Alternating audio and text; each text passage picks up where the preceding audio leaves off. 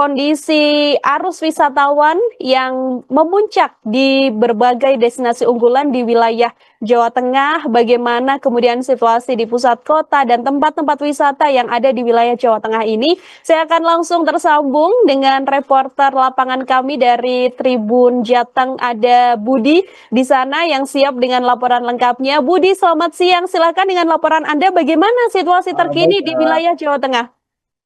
ya baik rekan di studio. Jadi Kota Semarang benar-benar menyambut datangnya pergantian tahun dengan berbagai persiapannya. Jadi dari pemerintah kota itu menargetkan adanya kunjungan wisata yang cukup signifikan karena tahun ini hingga November itu sekitar 7,6 juta pengunjung atau wisatawan, dan target hingga akhir tahun 2025 atau penghujung awal 2026 mencapai sekitar 8 juta pengunjung. Jadi memang Kota Semarang mempersiapkan dengan berbagai event dan agenda seni budaya. Jadi di Simpang 5 jadi ikonnya Kota Semarang seperti itu. Di pusatnya Kota Semarang juga akan digelar beberapa acara, dan di beberapa tempat lainnya seperti di Semarang Zoo, terus ada di beberapa lokasi lainnya. Oh ya, di lokasi juga di yang cukup cukup favorit. Jadi favorit adalah di eh,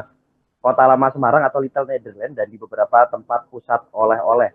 Meski ada kebijakan bahwa tidak ada pesta kembang api yang digelar, tapi beberapa acara lainnya juga terus dipersiapkan oleh pemerintah kota maupun dari pihak-pihak lainnya.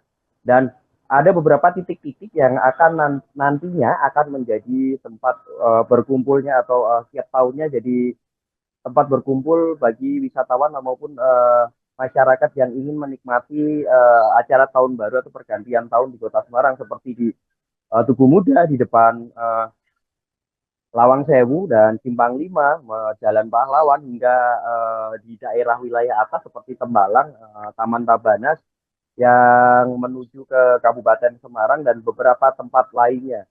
Eh, BMKG juga memprediksi, jadi wisatawan tidak perlu khawatir ketika nantinya ingin menghabiskan waktu di Kota Semarang, karena ketika nanti pergantian tahun diprediksi tidak ada hujan, bahkan cenderung cerah, karena BMKG sendiri memprediksi akan terjadi hujan itu sekitar tanggal 2 hingga tanggal 4.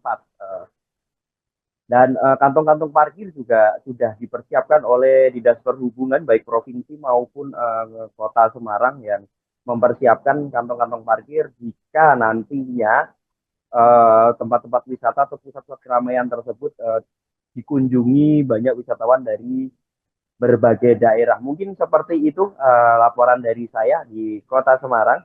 Kembali ke studio. Baik, Budi, mungkin sedikit bisa diinformasikan begitu ya, sejauh ini kan H-1 jelang nantinya penghabisan waktu akhir tahun baru di tanggal 31, situasi terkini di wilayah Kota Semarang sendiri, apakah ada peningkatan pengunjung dan wisatawan yang kemudian menghabiskan waktu di wilayah Semarang maupun di wilayah Jawa Tengah, Budi? Iya, peningkatan arus lalu lintas sendiri sudah terjadi hampir 4 sampai 5 hari yang lalu ketika Natal tepatnya. Jadi memang terjadi peningkatan cukup signifikan terutama yang masuk ke kota, karena dari tol sendiri beberapa juga ada peningkatan, namun yang masuk ke kota lebih banyak daripada ke wilayah lainnya. Jadi peningkatan tersebut terjadi dari tanggal 24 maksud saya. Di Sub juga memantau terjadi peningkatan sekitar 25-30% ketika itu, dan untuk update terbarunya mungkin bisa mencapai karena prediksinya dari pemerintah kota sendiri itu akan terjadi peningkatan wisatawan ataupun arus lalu lintas itu bisa tembus di angka sampai 48%. Seperti itu. Baik, terima kasih banyak Budi untuk informasinya langsung dari Semarang, Jawa Tengah, melaporkan bagaimana situasi terkini di sana. Selamat bertugas kembali, Budi. Download Tribun X sekarang, menghadirkan lokal menjadi Indonesia.